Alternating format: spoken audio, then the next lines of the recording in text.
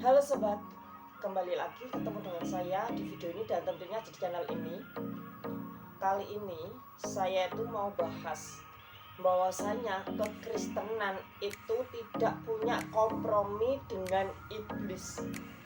Kekristenan ini adalah suatu ajaran yang tidak berkompromi dengan iblis. Oke? Dimana hari demi hari dan menjelang akhir zaman ini, dunia itu semakin jahat dan dunia itu semakin kejam. Manusia-manusia itu semakin jahat dan mereka semakin kejam. Tapi kali ini saya menyatakan, jikalau kekristenan, hidup Kristen, kekristenan itu tidak kompromi dengan iblis. Bahkan Alkitab melarang keras kita untuk kompromi dengan iblis. Dimana banyak hal akan kita bahas ya.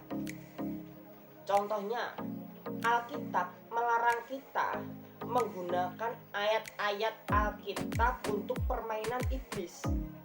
Jadi kita dilarang keras, bahkan mungkin tidak bisa menggunakan ayat Alkitab, entah untuk menarik pusaka, membuka tabir gaib atau yang lainnya, mungkin tidak bisa.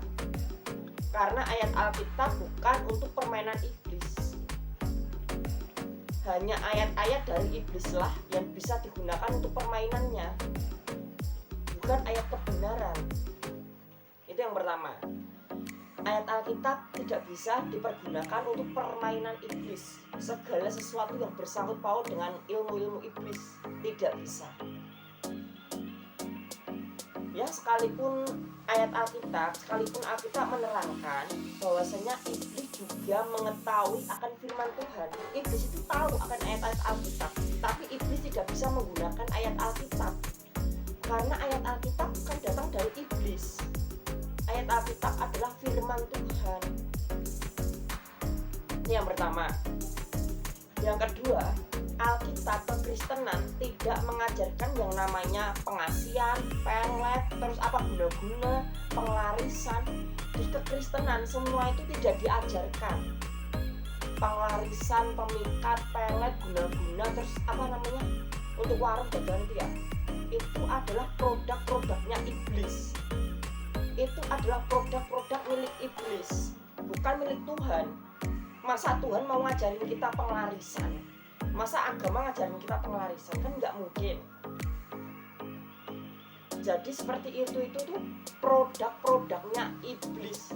Alkitab melarang keras kita untuk hal seperti itu. Alkitab tidak pernah mengajarkan kita, kalau kamu ingin tampan, kamu harus baca ayat ini 1000 kali, 5000 kali. No. Ayat Alkitab tidak pernah mengatakan nanti supaya warung kamu laris, supaya kamu punya penglarisan, kamu baca ayat ini 1000 kali. No. Alkitab tidak mengajarkan hal-hal seperti itu. Itu jelas ya di dalam Alkitab. Karena hal-hal serupa itu adalah permainan iblis.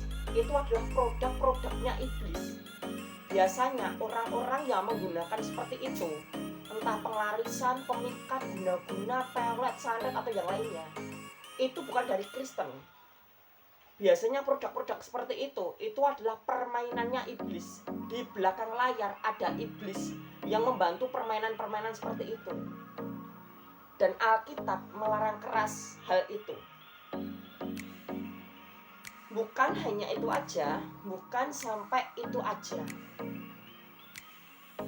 Alkitab juga menerangkan kita tidak boleh berbuat jahat kepada orang lain.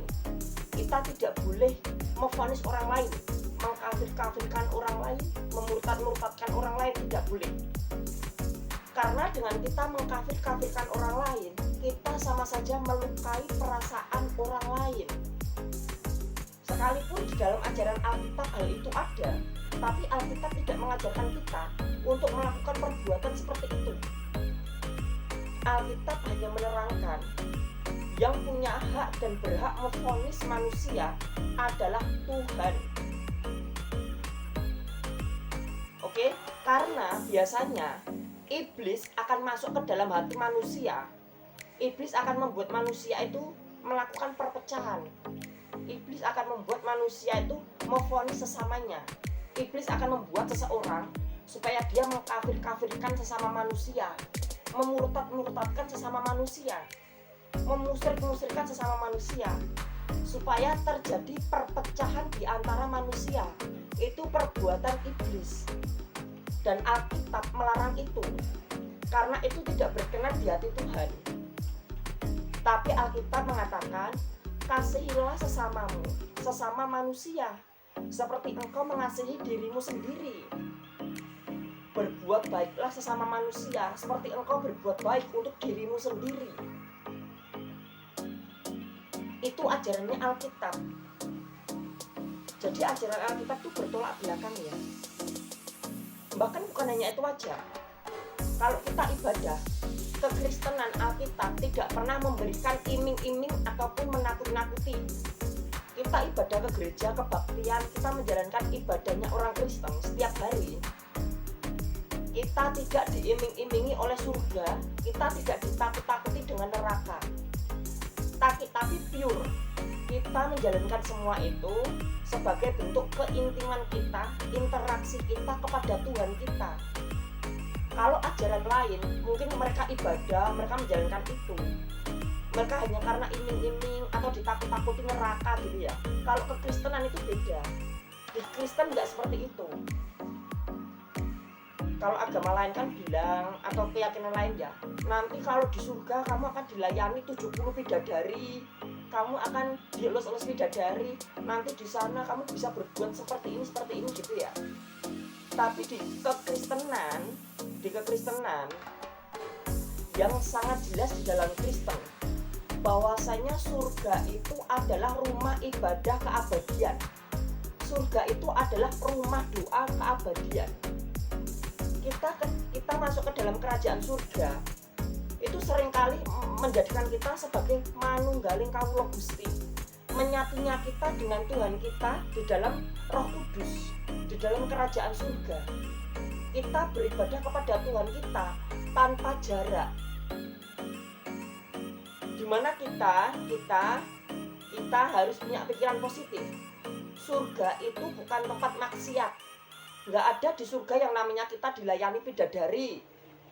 Nggak ada yang namanya di surga kita bisa berbuat hubungan intim atau seksual. Nggak ada. Alkitab tidak mengajarkan itu. Alkitab menyatakan surga itu adalah rumah ibadah keabadian, rumah doa keabadian antara kita dan Tuhan kita. Bukan tempat untuk berkencan dengan bidadari, dielus-elus bidadari, dilayani bidadari, atau berhubungan seksual dengan bidadari. No, itu bukan pemahaman Alkitab. Di kekristenan tidak seperti itu. Tapi Alkitab menerangkan surga itu adalah rumah ibadah keabadian kita dengan Tuhan kita.